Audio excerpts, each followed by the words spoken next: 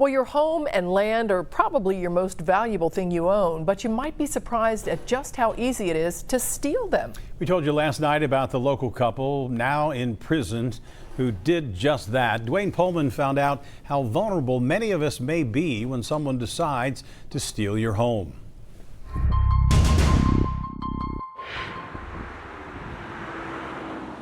This old home in Cincinnati's north side is at the center of a case involving deception. You wouldn't think it was going to happen to you. And theft. I never imagined that someone could just forge a deed and take your home from you. Which forced a family to break into their own house. There we go.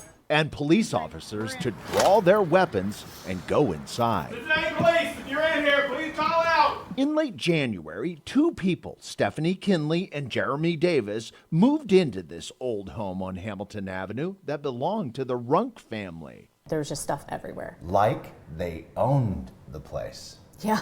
Kinley and Davis filed this deed on January 25th at the Hamilton County Auditor's Office, which declared they were the new owners. But Reno Runk, who has owned this home with his wife since 1990, never sold it. In your wildest dreams, could you have thought this would have happened? Not to me. To make matters worse, Reno just remodeled that old home, sparing no expense. Well over $150,000. His daughter, Carrie, a realtor, discovered on February 1st that something was very wrong. Locks on the doors had been changed. I knew there had to have been a problem, like something illegal had happened. Carrie immediately checked the county auditor's website. And that's when I about died. She found the deed was done. I knew it wasn't my parents' signature. I thought my parents just lost their house. And I felt helpless. Carrie's sister Kim felt helpless too. And I felt violated because it felt like we kept getting re-victimized because nobody would help us. Nearby, they watched their old house on Hamilton, taking pictures and videos. Oh, you staked it out? Yes, I staked it out. Wow. Showing people they did not know wandering in and out of their home. Then they took this house And the family quickly discovered they were far from alone. on paper they own that house right there and that house right there. According to the prosecutor, Kinley and Davis filed other fraudulent deeds right across the street. Stolen. Yeah. In all, the couple listed themselves as the new owners of 4 other properties on Hamilton Avenue. They virtually owned this street. That's what they were after. Reno fought back, hiring an attorney. Can I ask what your bill is? The one I got right now is a little over $11,000. It was money well spent. On February 5th, a judge issued this temporary restraining order to remove Kinley and Davis from the house.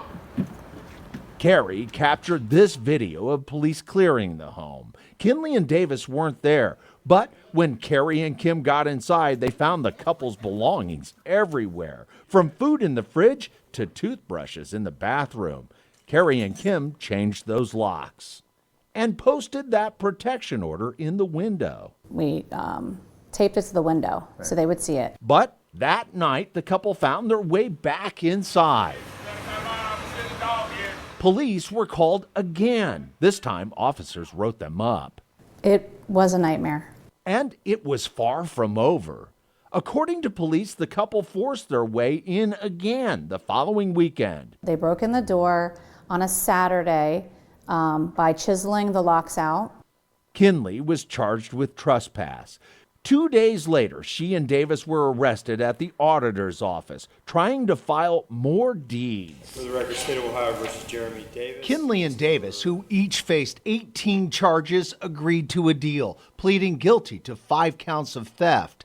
They hoped that would keep them out of prison. It didn't. You can reject anything you want.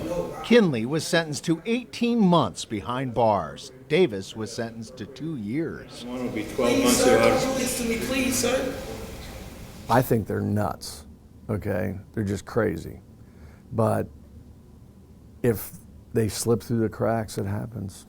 Whatever they are, both Kinley and Davis took a deal, pleading guilty to theft. Most of the other charges were dropped. So if it can happen to you, Didn't happen to anybody. The fact that it did happen reveals a huge problem with how we protect the most valuable thing most of us own. Now, none of this would have happened without some help. And tomorrow, I'll introduce you to a woman who sealed the deal, allowing that couple to steal a home.